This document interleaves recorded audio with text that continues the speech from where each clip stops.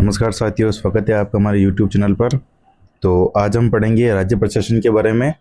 राज्य प्रशासन देखो सचिवों से चलता है और सचिवालय सचिव इनके बारे में हम जानकारी आज पढ़ेंगे। तो बढ़ते हैं हम आगे। देखो, केंद्रीय प्रशासन व राज्य प्रशासन का अलग अलग अस्तित्व पाया जाता है। फिर केंद्र के अंदर अलग चलता है और राज्य के अंदर अलग चलता है प्रशासन। ठीक है। आपातकाल में राज्य प्रशासन केंद्रीय प्रशासन की तरह चला जाता है। जब कभी आपातकाल लग जाता है ना, तो पूरा कंट्रोल केंद्र वाला करता है। ठीक है, राज्य प्रशासन के पास में कुछ भी नहीं होता है।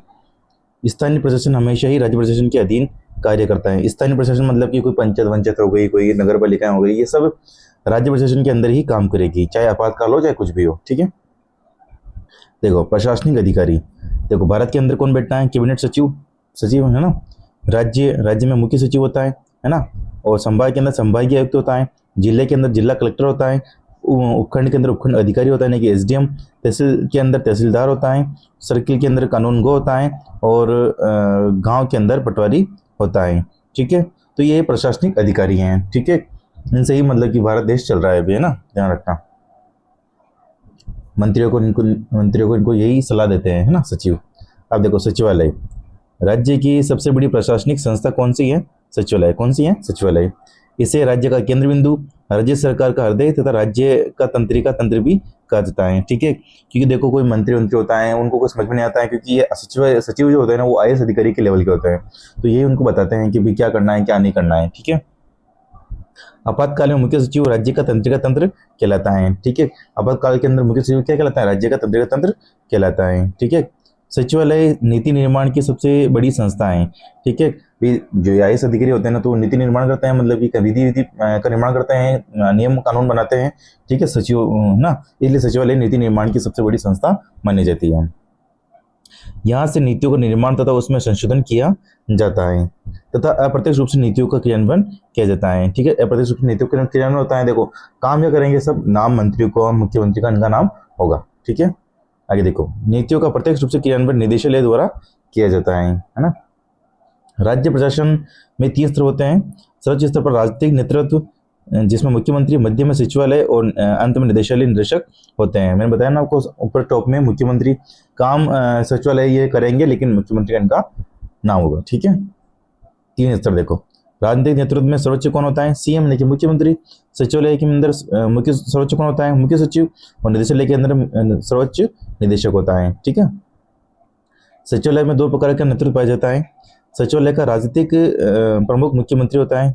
ठीक है। जबकि प्रशासनिक प्रमुख मुख्य सचिव होता है। ठीक है।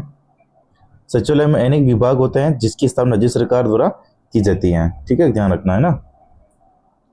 विभाग का प्रशासनिक अधिकारी संबंधित सचिव, राजनीतिक अधिकारी संबंधित मंत्री होता है। ठीक है। देखो, विभाग का प्रतिनिधित्व किसी के पास, देखो, शिक्षा विभाग मिल गया। ठीक है। शिक्षा विभाग मिल गया, तो शिक्षा विभाग का जो शिक्षा मंत्री होगा ना, उसका तो केवल नाम होगा, बाकी काम सब कौन करेंगे? सचिव करेंगे। शिक्षा सचिव, जो सचिव होंगे ना विभाग का, वो सब काम करेगा। ठीक है, ध्यान रखना है ना। आगे देखो, 1949 में राज्य का प्रशासनिक दृष्टि से एकीकृत स्वरूप सामने आया। तो सचिवालय व्यवस्था में एकीकृत स्वरूप का पहली बार व्यवस्थित अध्ययन 1991 में जी स्वामीनाथन ने किया है। ये पूछते हैं धरना, सबसे पहले किसने किया है? तो 1991 में जी स्वामीनाथन ने इसका व्यवस्थित रूप तैयार किया है। सचिवालय का प्रशासन कार्य व्यापार के नियम के अंतर्गत संपादित होता है। इस हेतु संविधा में अनुच्छेद 166 के तहत सचिवालय मार्गदर्शक दर्शक पुस्तिका का प्रकाशन किया जाता है। अनुच्छेद 166 के तहत, ध्यान रखना है ना। सचिवालय व्यवस्था में सुधार करने हेतु गठित की गई समितियां एवं आयोग। ठीक है। देखो, कौन कौन सी समितियां थी जिसे सचिवालय में व्यवस्था में सुधार किया गया? पहली समिति हमने सचिवालय विभागों का पुनर्गठन समिति, ये 1958-59 में बनी थी और इसके अध्यक्ष थे एस.डी. उज्ज्वल। फिर दूसरी समिति थी सचिवालय पुनर्गठन समिति, ये 1969-70 में बनी थी और इसके अध्यक्ष थे अपने मोहन मुखर्जी। फिर अपनी तीसरी समिति थी राज्य प्रशासनिक सुधार समिति, और 1961-63 में ये सन में बनी थी और इसके अध्यक्ष कौन थे? एच.सी. माथुर थे। ठीक है क्या? देखो, सचिवालय पुनर्गठन समिति ये 1969-70 में बनी थी। इसी समिति की सिफारिश पर समूह प्रणाली या चता प्रणाली लागू की गई। ठीक है, सचिवालय पुनर्गठन समिति के आधार पर। ठीक है, पूछते हैं, ध्यान रखना आपका ना। फिर समिति आ रही अपने राज्य प्रशासनिक सुधार समिति द्वितीय, 1992-95 बनी थी और उसके अध्यक्ष कौन थे? गोपाल कृष्ण थे। ठीक है। और फिर आई थी राजस्थान प्रशासनिक सुधार आयोग, ये 2003 में बनी थी ये, और इसके शिवचरण माथुर इसके अध्यक्ष थे। ठीक है। सचिवालय का मुख्य कार्य मंत्री को उसकी भूमिका पूरी करने में सहायता प्रदान करना है। मैंने वो बताया ना कि भाई ये नाम तो कल मंत्री को होगा, लेकिन काम कौन करेगा अपने सचिवालय में जो सचिव होंगे ना वही नाम करेंगे। ठीक है, वही काम करेंगे। आगे देखो, सचिवालय में अधिकारियों व कर्मचारियों में निश्चित रूप से पद सोपान पाया जाता है। जैसे कि देखो मुख्य सचिव है ना, मुख्य सचिव, फिर उसके नीचे कौन आएगा अतिरिक्त मुख्य सचिव, फिर विभागों के प्रमुख शासन सचिव, फिर विशेष सचिव, फिर उप सचिव आएगा, फिर सहायक सचिव आएगा, है ना, फिर अनुभाग अधिकारी आएगा, फिर मंत्रालय कर्मचारी आएगा। ऐसे ये काम करते हैं। देखो मुख्य सचिव अवशिष्ट सत्ताधारक के रूप में कार्य करता है। ठीक है। नीति निर्माण का कार्य विभागों का प्रमुख शासन सचिव करता है। ठीक है, शासन सचिव ऊपर आ रहा था ना अभी अपने, वो करता है। ठीक है, किया रहा है ना। आगे देखो, जबकि दैनिक लिपि का कार्य मंत्रालय कर्मचारी द्वारा किया जाता है। ठीक है। आगे देखो, मुख्य सचिव, मुख्य सचिव का पद ब्रिटिश शासन की देन है। ठीक है, ब्रिटिश शासन की देनी पर मुख्य सचिव का पद स्थापित किया गया है। लॉर्ड वेलिजली ने बंगाल में मुख्य सचिव का पद सृजित किया था। ठीक है। फिर जॉर्ज हिलेरी बार्लो ने इस पद पर नियुक्त होने वाले प्रथम व्यक्ति थे। जॉर्ज हिलेरी बार्लो है ना, इस पद पर नियुक्त होने वाले प्रथम व्यक्ति थे मुख्य सचिव पर। ठीक है। राजस्थान में मुख्य सचिव का पद 1949 में सृजित किया गया। ठीक है। 13 अप्रैल 1949 को राजस्थान में पहली बार के राधाकृष्णन को मुख्य सचिव पद पर नियुक्त किया गया। ये अपन को पूछेंगे राजस्थान के प्रथम मुख्य सचिव कौन है, तो के राधाकृष्णन। कौन है? के राधाकृष्णन। ठीक है। 1956 में राजस्थान बी श्रेणी का राज्य था, इस कारण मुख्य सचिव की नियुक्ति केंद्र सरकार द्वारा की जाती थी। ठीक है, 1956 के तक है ना। फिर 1956 के बाद में वर्तमान राजस्थान आ गया था। ठीक है, ध्यान रखना है ना। तथा इस पद पर राजस्थान से बाहर के व्यक्ति को नियुक्त किया जाता था 1956 तक, है ना। फिर अपने यहाँ की करने लग गए। ठीक है।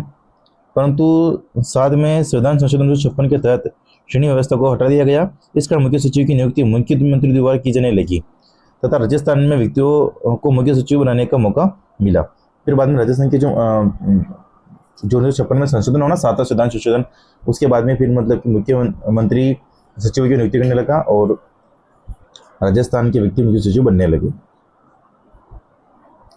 भगवंत सिंह मेहता राजस्थान के प्रथम राजस्थानी मुख्य सचिव बने थे। पहले तो बार बार क्यों रहते, पर राजस्थानी मुख्य सचिव प्रथम कौन थे? भगवंत सिंह मेहता थे। इनका कार्यकाल मुख्य सचिव के रूप में सर्वाधिक रहा है। सर्वाधिक लंबे कार्यकाल वाले मुख्य सचिव कौन है अपने? भगवंत सिंह मेहता है। 9 मई 1958 से 26/9/1964 तक ये मुख्य सचिव रहे। ठीक है। मुख्य सचिव व सचिव IAS यानी कि भारत प्रशासनिक सेवा के अधिकारी होते हैं। मैंने कहा ना भी IAS अधिकारी मुख्य सचिव बनते हैं, है ना। IAS सेवा में 28 या 30 वर्ष का अनुभव वाले अधिकारी को मुख्य सचिव नियुक्त किया जाता है। ठीक है। मुख्य सचिव राज्य का प्रथम लोक सेवक होता है तथा राज्य में लोक सेवकों के प्रमुख के रूप में वह कार्य करता है। मुख्य सचिव सचिवालय राज्य का सबसे बड़ा प्रशासनिक अधिकारी होता है। मुख्य सचिव सचिवालय का प्रशासनिक अधिकारी होता है ना। इस मुख्य सचिव का कोई कार्यकाल नहीं होता है, भी मुख्यमंत्री जब तक चाहे तब तक इसको बना सकता है। इसका कार्यकाल मुख्यमंत्री पर निर्भर करता है। सामान्यतः यह 60 वर्ष की आयु तक इस पद पर कार्य कर सकता है। ठीक है। फिर उनकी उम्र दराज होता है तो फिर हटा देते हैं। ठीक है, काम नहीं होता इसलिए। जैसे जैसे मुख्यमंत्री बदलते रहते हैं वैसे वैसे मुख्य सचिव भी बदलते रहते हैं। फिर जैसे कि सरकार बदलती है वैसे वैसे मतलब मुख्य सचिव भी बदलते रहेंगे। ठीक है। विपिन लाल माथुर एक ऐसे मुख्य सचिव हैं जिन्होंने 4 मुख्यमंत्रियों के कार्यकाल पर मुख्य सचिव पद पर कार्य किया। एक तो हरिदेव जोशी जब मुख्यमंत्री थे तब ये सचिव थे। एक शिवचरण माथुर के समय थे, हरिदेव जोशी के समय थे, एक भैरव सिंह शेखावत के समय ये सचिव थे, विपिन बिहारी लाल माथुर। ठीक है। मुख्य सचिवों का प्रतिवर्ष नई दिल्ली में एक सम्मेलन आयोजित किया होता है जिसकी अध्यक्षता कैबिनेट सचिव करता है। मतलब केंद्र में कैबिनेट सचिव बैठता है ना, वो करता है। ठीक है। राज्य में विभागीय सचिव की बैठकों की अध्यक्षता मुख्य सचिव द्वारा की जाती है। राज्य के अंदर मैंने कहा ना कि शिक्षा विभाग हो गया, कोई कृषि विभाग हो गया, उनकी जो सचिव होते हैं ना, उनकी जो बैठक करते हैं ना, वो मुख्य सचिव करता है ना राज्य के अंदर। ठीक है। राज्य सरकार के कार्यक्रमों व नीतियों में सामंजस्य करने का कार्य भी मुख्य सचिव का होता है। ठीक है। मुख्य सचिव संपूर्ण मंत्रिपरिषद का सचिव होता है। ठीक है, ध्यान रखना है ना। मुख्य सचिव मंत्रिपरिषदों की बैठकों की कार्यसूची तैयार करता है तथा उसकी कार्यवाही में लेखा जोखा भी रखता है। देखो, मुख्य सचिव मुख्यमंत्री का प्रधान सलाहकार होता है। आपातकाल में मुख्य सचिव राज्यपाल के प्रधान सलाहकार के रूप में कार्य करता है। तो आपातकाल में राज्यपाल जो इसे निर्देश करेगा वैसे ही वो मुख्य सचिव काम करेगा। मुख्य सचिव केंद्र सरकार व अन्य राज्य सरकार से संपर्क स्थापित करता है। ठीक है, अब देखो मेन फैक्ट देख लो आप। देखो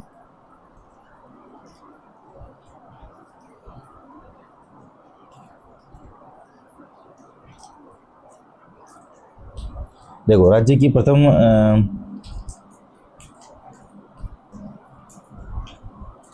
प्रथम महिला मुख्य सचिव कौन थी? तो कुशला सिंह थी। कौन थी? कुशला सिंह। और राजस्थान की प्रथम मुख्य सचिव कौन थे? राजस्थान की प्रथम मुख्य सचिव राधा कृष्णन। कौन थे? डॉक्टर राधा कृष्णन, है ना, राधा कृष्णन, है ना। तो महिला के अंदर पूछे तो महिला मुख्य सचिव कौन थी? कुशला सिंह, ऊपर दे रखा है। अभी वर्तमान में कौन है? वर्तमान में 2025 चल रहा है अभी, तो वर्तमान के अंदर ने सुधांशु पंत। कौन है? सुधांशु पंत। कौन है? सुधांशु पंत। ठीक है, ध्यान रखना है ना, वर्तमान के अंदर ये हैं। तो ये थे हमारे मुख्य सचिव। आई होप आपको अच्छा लगे होंगे। मिलते हैं नेक्स्ट वीडियो में। जय हिंद, जय भारत। ऐसे ही हस्तलिखित नोट्स प्राप्त करने के लिए आप हमारे नंबर नोट कर लीजिए 8440877791। ठीक है, जय हिंद, जय भारत।